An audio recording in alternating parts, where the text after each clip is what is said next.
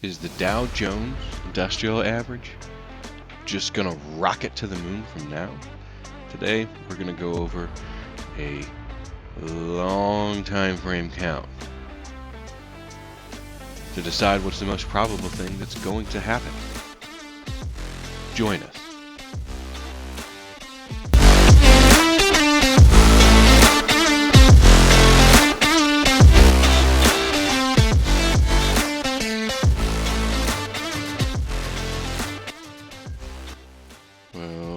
Welcome back to Chart Wizard Trading.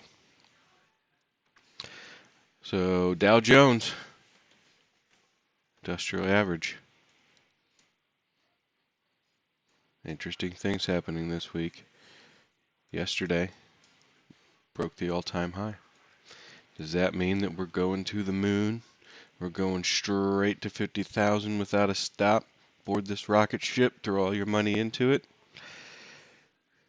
Not so fast. Okay. So this move down that we had from the previous now all-time high happened in 5 waves. However, as now confirmed by the break of this high, that was a triple zigzag. Corrective move. However, all we've gotten since this low is a 3-wave move. We got an impulse off the low, a running flat, followed by a yet to be completed impulse. Okay. Now to support this count here, I had to get a little bit more creative because you have to go back in time here. So off of the low, here's your first 2 waves. Second wave zigzag, second wave expanded flat. Okay. Then a long extended, double extended, 3rd wave at minor degree. 4th wave triangle. Here's your second 3rd wave, which ended at the previous all-time high, and now we're correcting again. Okay. Sometimes you have to take a step back and look at the bigger picture. So this is the weekly view. With an extended 3rd wave.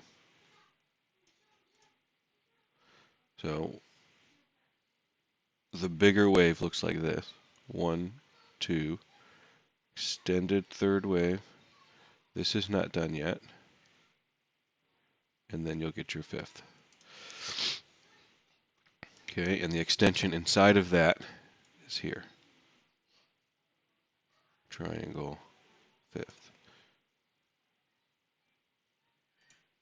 Okay, that's from the bigger picture. Now, there's other options, obviously, right? You talk about possibilities rather than probabilities. Okay, instead of A, B, C here, right here in the middle, right, you could say 1, 2, right, and then you're starting another 1. Yeah, you will get a pullback, right? That happens all the time. 2. The problem is that this correction here, this triple zigzag now, so you're going to say this is your 4, right? We're talking about the problems with this. So we put this 4 here.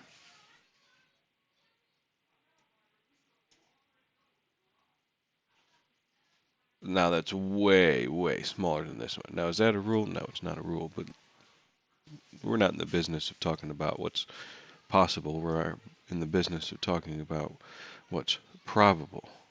Okay? And you have to have a setup to trade any of this, obviously. So all my Discord members know, right? You don't just blindly trust analysis. as possibilities could change based on the market. Nobody knows the future. Nobody's Nostradamus.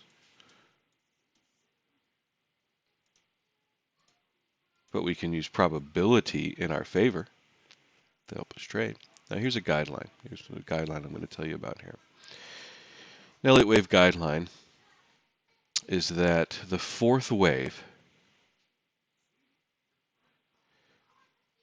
generally, okay, that's why it's a guideline, generally tends to find a bottom. These are backwards. Near the terminus of the previous second wave if the first wave was extended, as was in this case. Right? So you have an extended first wave here, 3, 4, 5, giving you a total of 9 if you come back out.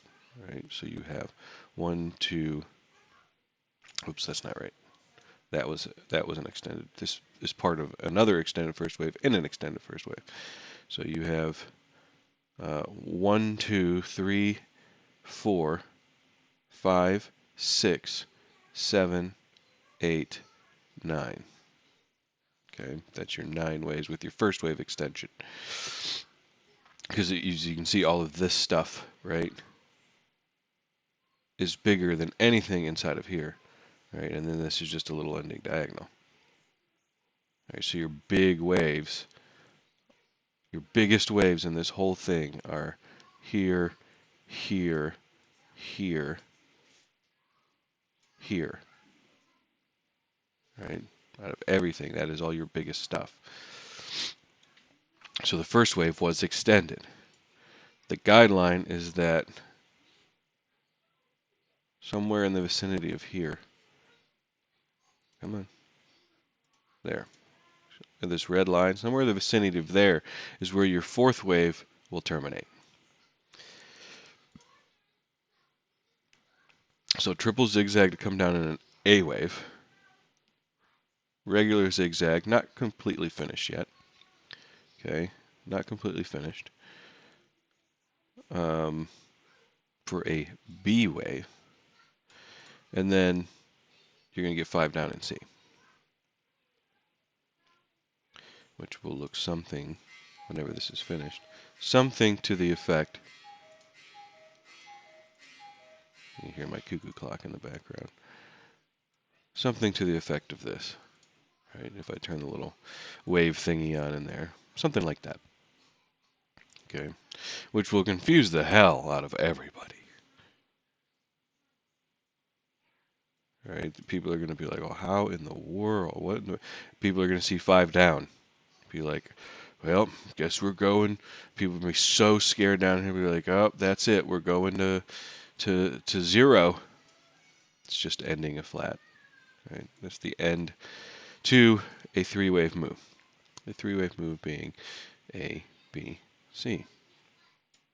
Okay. Now I'm going to leave that marker up to show you. All right, and actually what I'm going to do, this 5 could be anything. It could be super extended. It could be it could be a diagonal just to barely make another all-time high. It's way in the future.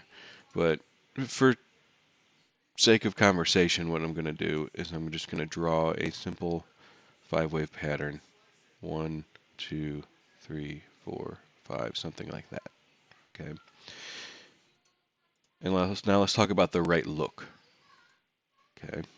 I'm going to show you some Fibonacci time here. It's not necessarily to show a Fibonacci relationship in time. It's to show a relationship in time, right? So we're going to measure this previous fourth wave here. Boom. Right?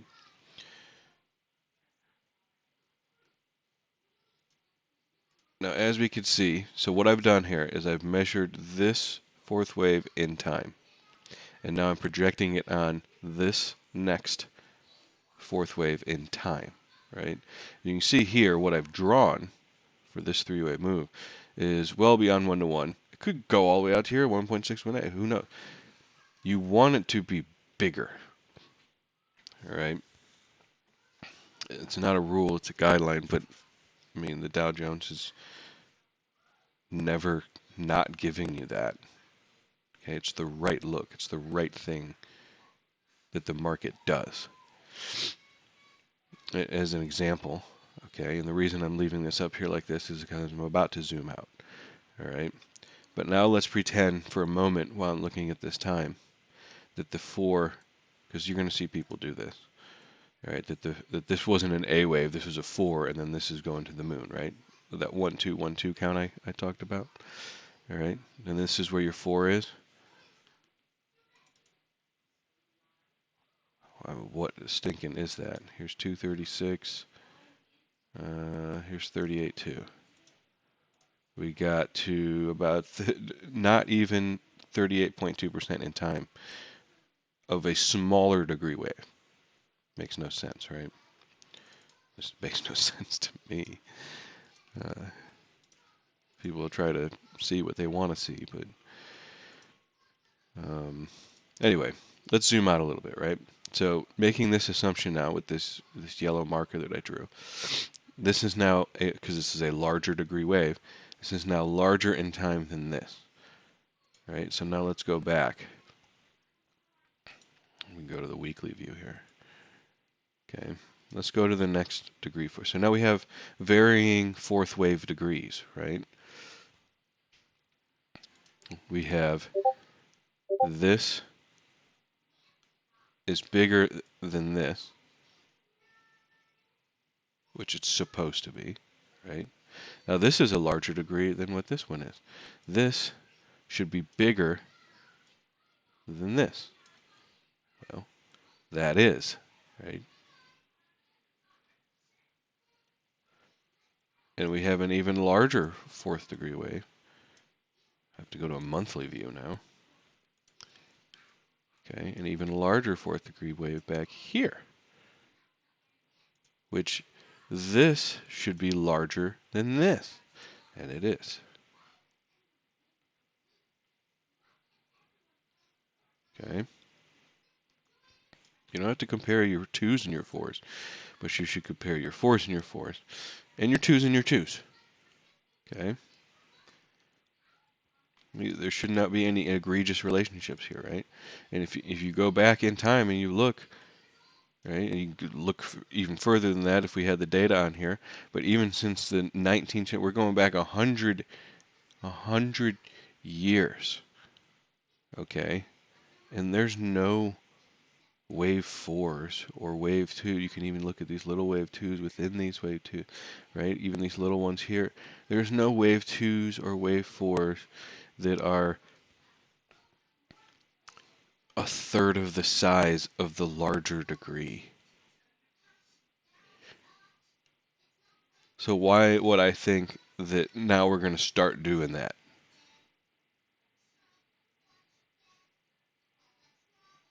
Right? It makes no sense.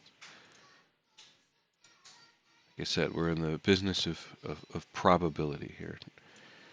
And I'm not just going to buy something just because it made an all-time high. An all-time high means absolutely nothing, just so you know. It means absolutely nothing. Okay?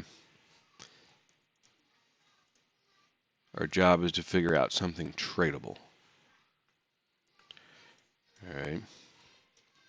So, would this be a catastrophic drop? No, it's going to be bigger than this one. And it should be because it's a C wave, and most C waves end up being like that. But let's say we did meet the guideline to the dollar, which I'm doubting it would be to the dollar, but somewhere in this vicinity, right? This A wave that people thought was the end of the world dropped, what, 20%, 22%, something like that. There. All right. This one, I'm projecting where it's going to end. I can show you a projection here in a moment, but we don't know until it's over. But let's just assume for a moment that it's somewhere about right here, right? And that would be about a 30% drop, 10% more than this one was. Perfectly reasonable, right? Perfectly reasonable. Now, when is this going to end? Well, I don't know. I'm not Nostradamus, okay? But I will say that generally, as a guideline, that let me fix this wave 4 here. generally, as a guideline, um, the B wave pocket in an expanded flat is about 105 to 123.6% is the general pocket. There's no rule to it.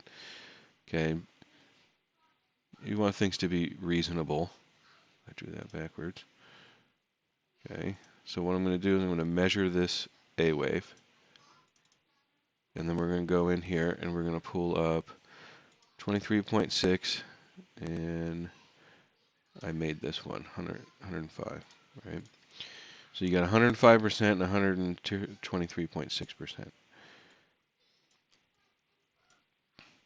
And so that's where I place this C, because it's kind of in the middle of that pocket. Do I know if it's going to be exactly here, or even come up a little bit higher, or fall right exactly in the middle of the pocket? No, I have no idea. Okay, I don't know when that's going to end. The market tells me when it's going to end. Okay. Now, if we come down to the hourly time frame, to just look at this very last wave, I have some labels on here. It's ambiguous, but when you get to these small time frames, that's what you get is ambiguity. I'm going to go with the guideline that every impulse has at least one extended wave. In this case, a third wave. Okay. Is there a way to label this that it's done and it's going to turn now? There is a way. Okay. But the guideline is there's an extension. So, third wave extension then is assumed. 1, 2, 3, 4, 5.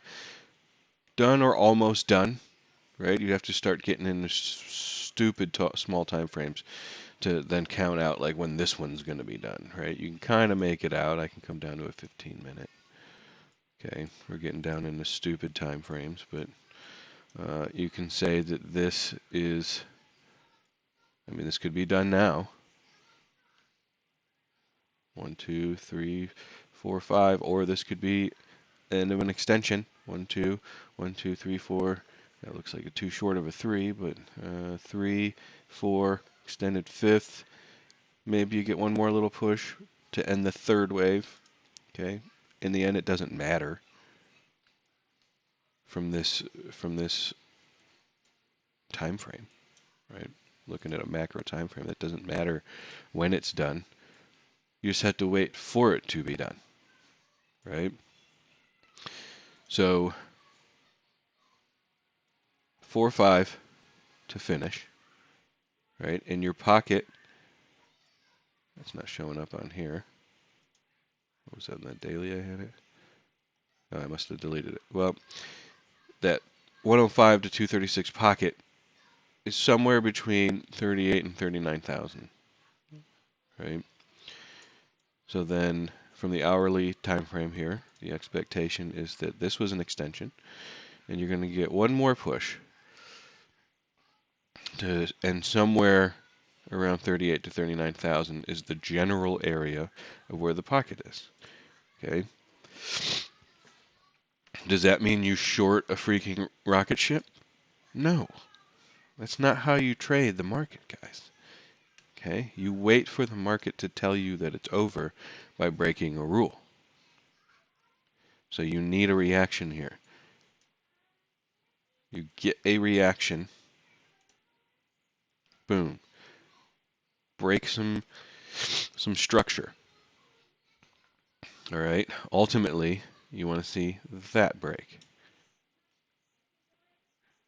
And that tells you, so if you break this, right, that tells you that that's over and it's not extending. But it doesn't tell you that that's over. When that breaks, that tells you that that whole thing's over with. But here's a secret. Does that mean you just sell, sell, sell right there? No, because this is going to be an impulse, and 5 waves gets retraced 100% of the time. So you're going to get a pullback like this, right? It's going to happen. That's when you sell, okay? The market will tell you. You don't have to guess. This is just analysis. All right. So, in the end,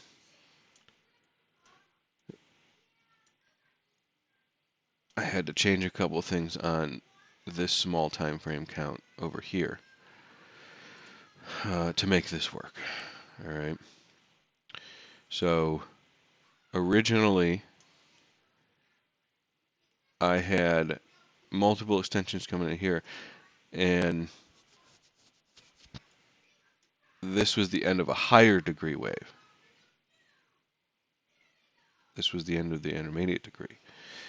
The big change to this now is this is an ending diagonal for this blue 3 instead of an extra subdivision in here. Okay. And if we subdivide this out, all right, we get an ending diagonal here. So 1, 2, 3, 4, 5, right there. This is an ending diagonal for that 3 instead of multiple subdivisions, which gives you an extra degree that we no longer need. All right, and you know, these are all reasonable zigzags in here, right? So that's where it stands. It just means that this third wave was longer than what the original count was. That's what it means. Which is okay, and that's how you can get up here to break this all-time high. See, something that happened back here affects what happened over here. Okay. So that's where we stand. Now my Discord members are going to know, okay, what this looks like and what the internal subdivisions are as time goes on over the next couple weeks here, and when to expect this turn. Feel free to give us a shot. Right? I'll tell you what we're not in my Discord. I'll tell you what we're not. This is not a trade entry service to tell you when Lambo.